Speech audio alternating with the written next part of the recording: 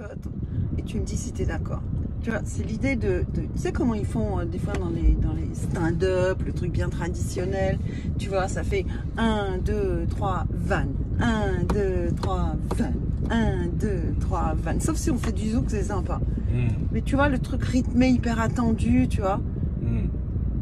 Absolument. C'est chiant ça, parce que finalement, quand tu sais, après c'est bien quand tu sais que c'est comme un chien, tu sais donner la papate et tu donnes la papate tous les 5 minutes. Voilà. C'est rire pour faire rire, c'est bien. Et là, on fait pas que rire. Tu vois, déjà, tu as vu le début, c'est... Là, c'est un drame. C'est un drame avec lequel on peut rigoler un petit peu. L'idée, c'est quand même qu'on fasse rire de ce qui fait mal. Ce qu'on veut, c'est donner du soulagement comique à une histoire dramatique. Voilà. C'est bien dit ça. C'est ça, ouais.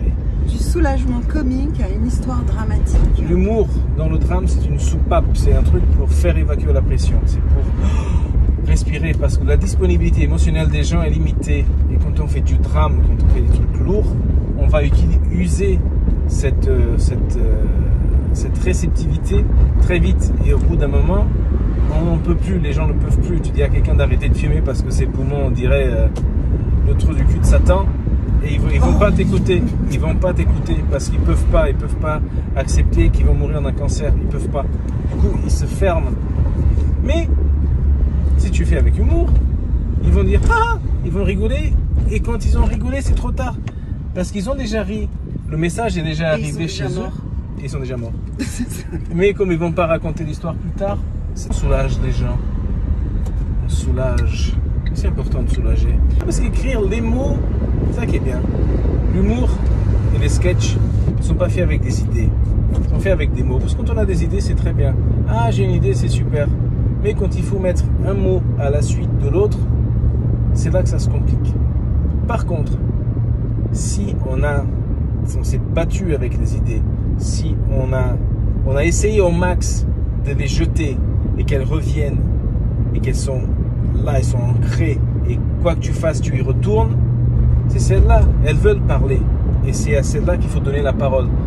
Quand on a des idées qui sont battues pour de l'espace, qui sont battues pour de l'attention, elles vont s'écrire toutes seules parce qu'elles informent l'écrivain. Et voilà. Alors que, ça serait drôle qu'on fasse tomber un piano à queue du 10e étage sur la gueule d'un policier. Ah, ce serait drôle. Oui, mais non. Pourquoi ce serait drôle? Par contre, les idées qui viennent et qui restent, elles s'écriront toutes seules. Et après, on a juste à rajouter des blagues. Ou à les écrire en forme de blague. Parce que la syntaxe, c'est toute une question de syntaxe. C'est tout neurolinguistique. Parlons de syntaxe. La syntaxe est très importante. Parlons de syntaxe. La syntaxe, c'est quoi? C'est ce qui permet de dire qui a fait quoi à qui. Et sachant que dans la communication humaine, les mots viennent à la suite les uns des autres et ils sont responsables du déclenchement des événements mentaux chez le public. Donc, un chien rouge sur une église bleue, le public va penser chien, rouge, église bleue. Et nous, en tant qu'écrivains, en tant que comédiens, en tant que stand-uppers, sommes responsables de l'ordre de ces événements-là dans la tête des gens. Et c'est là qu'il faut faire attention quand on écrit, déjà pour éviter les clichés, parce que ça, il y en a assez déjà comme ça. Chaque mot doit être intentionnel. C'est ça qui est compliqué, parce que des fois on est là, un mot, une virgule, un truc, et on est là, on tourne autour et ça marche pas. C'est un combat, et c'est réécriture. Écrire, c'est réécrire. Mais des fois on est frustré parce qu'on a écrit un truc, ça c'est bien. On ne veut pas le jeter, on ne veut pas dire ah non, on jette et on recommence. Et ça, murder your darlings, darling. C'est assassiner tes chéris. Des fois tu es fier d'une pensée, d'un truc que tu crois être une blague. Tu es fier et tu veux le garder. Tu te bats pour le garder. Il faut l'abandonner. Et des fois il faut l'abandonner. Ça. Et surtout des fois on commence à écrire, on commence à se préparer pour écrire et on passe du temps à raconter de la merde. Mais c'est important parce qu'il faut que ça sorte.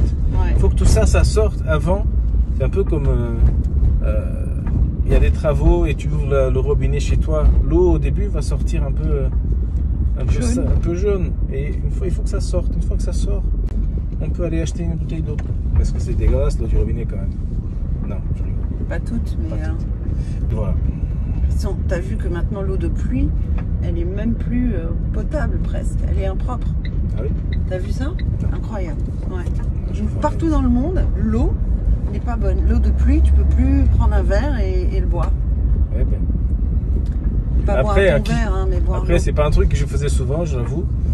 C'était rare d'aller avec mon verre pour l'eau de pluie. Mais maintenant, on peut plus rien faire. Voilà, la conclusion, c'est... On peut plus on rien peut rien- faire. on Mais peut on peut rien encore dire. écrire des spectacles. C'est Et ça. en rire. Mais en On rire. peut encore rire. Ça, c'est la conclusion de la fin. Voilà. C'est bien les associations d'idées. On peut plus prendre un verre d'eau et faire la pluie de la... Et le beau temps. Voilà, la pluie et le beau temps. C'est ça. Il faut faire la pluie et le beau You temps. got it, Coco. You got it. You got it, baby. Allez, on est Bye, bye, bye. arrivé. Marvelous.